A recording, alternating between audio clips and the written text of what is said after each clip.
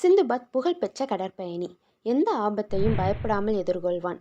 ஒரு நாள் அவனும் அவன் நண்பர்கள் 4 பேரும் ஒரு மர்மமான கருமுத்தை தேடி புறப்பட்டனர். அப்போது அந்த 4வரில் ஒருவன், இந்த பயணம் சாதாரணமானது இல்லை என்று கவலையாக சொன்னான். அதற்கு சிந்துபாத், நாம் கருமுத்தை கண்டுபிடிக்கப் போகிறோம் என்று உறுதியாக கூறினான். அந்த சமயம் ஒரு மர்மமான முதியவர் அவனை பார்த்து, சிந்துபாத்தா, கருமுத்தை தேடாதே, அதை எடுத்தவர்கள் யாரும் உயிருடன் திரும்பவில்லை என்றார். அதற்கு சிந்துபாத் சிரித்தான். நான் எதற்கும் பயப்பட மாட்டேன் என்று கூறி தீவுக்கு புறப்பட்டான்.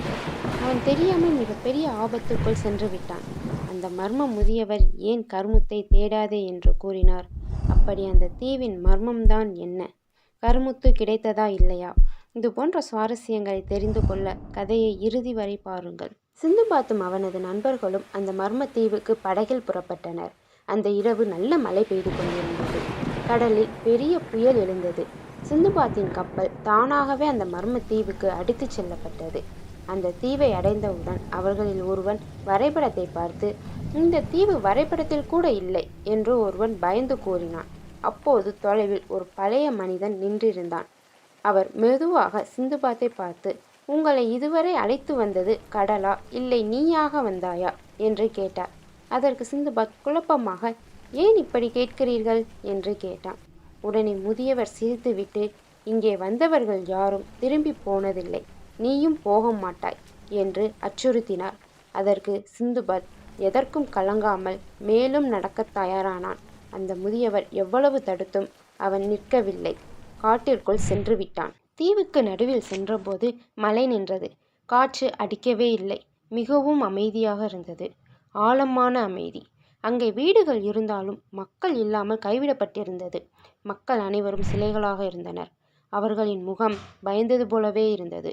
அப்போது எங்கோ இருந்து ஒரு குரல், இங்கிருந்து போய்விடுங்கள், இல்லையேல் உங்கள் நிலைமையும் இதே போல்தான் என்று கூறியது. ஆனால் சிந்துபாத்தும் அவனது நண்பர்களும் அதை கேட்காமல் மேலும் நடந்தனர். அப்போது அவர்கள் எதிரே ஒரு பெரிய பழைய கோவில் தென்பட்டது. கோவிலை பார்த்தவுடன் சிந்துபாத்தும் அவனது நண்பர்களும் வெளியே இருந்து பார்த்து கொண்டிருந்த போது கோவிலுள் இருந்து ஒரு ஒளி வீசிக்கொண்டிருந்தது. அந்த ஒளி என்னவாக இருக்கும்? உள்ளே இருந்து வந்த ஒளி கருமுத்தாக இருக்குமோ என்று சிந்துபாத்தும் அவனது நண்பர்களும் கோவிலுக்குள் சென்றனர். அப்போது உள்ளே அந்த கருமுத்தை அவர்கள் பார்த்தனர். அது மிகவும் பிரகாசமாக இருந்தது. அவர்கள் தேடி வந்த கருமுத்து அதுதான். உடனே சிந்துபாத் அதை எடுத்தான். எடுத்தவுடன் பூமி நடுங்கியது. மிகப்பெரிய இருண்ட உருவம் வெளியே வந்தது. அந்த உருவம் சிந்துபாத்தை பார்த்து, நீ என்னுடைய கருமுத்தை எடுத்து விட்டாய், அதற்கு மாறாக நீ உன் உயிரை விட்டுவிடு என்று கூறியது.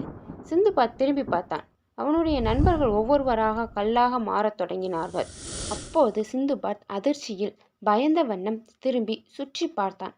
கோவிலை ஒரு முறை முழுவதுமாக சுற்றி பார்த்தபோது அங்கே ஒரு பொன் கத்தி இருந்தது. அதே நேரத்தில் அதே குரல் அவனுக்கு கேட்டது. அந்த கத்தியை இழுக்கிறாய் என்றால் சாபம் முறிக்கப்படும். சிந்துபாத் ஒரு நொடி யோசித்தான். இல்லை என்றால் அவனும் கல்லாக மாறிவிடுவான்.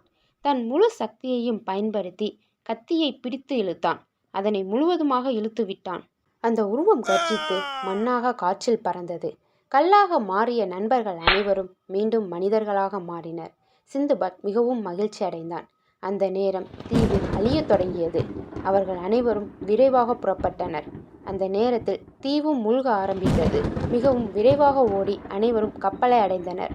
கப்பலை அடைந்தவுடன் சிந்துபாத் அந்த கருமுத்தை கவனமாக பார்த்தான். அது உடையத் தொடங்கியது. அதன் உட்புறம் ஒரு சிறிய பொன் வரைபடம் இருந்தது. அதில் வேறு ஒரு பெரிய பொக்கிஷத்திற்கான குறிப்பு இருந்தது. அதை பார்த்தவுடன் ஒரு புதிய குரல் கேட்டது. உன் பயணம் இப்போதுதான் தொடங்குகிறது சிந்துபாத். சிந்துபாத் நினைத்தது இதுதான் அவனுடைய கடைசி பயணம் என்று. ஆனால் அது தொடக்கமே ஆகியிருந்தது. அந்த பொக்கிஷம் என்னவாக இருக்கும்? இதைத் தொடர்ந்து என்ன நடந்திருக்கும்? நீங்களே யூகிக்கலாம். அல்லது மற்றொரு பயணத்திற்கு தயாராகலாம். தயாராவோம்.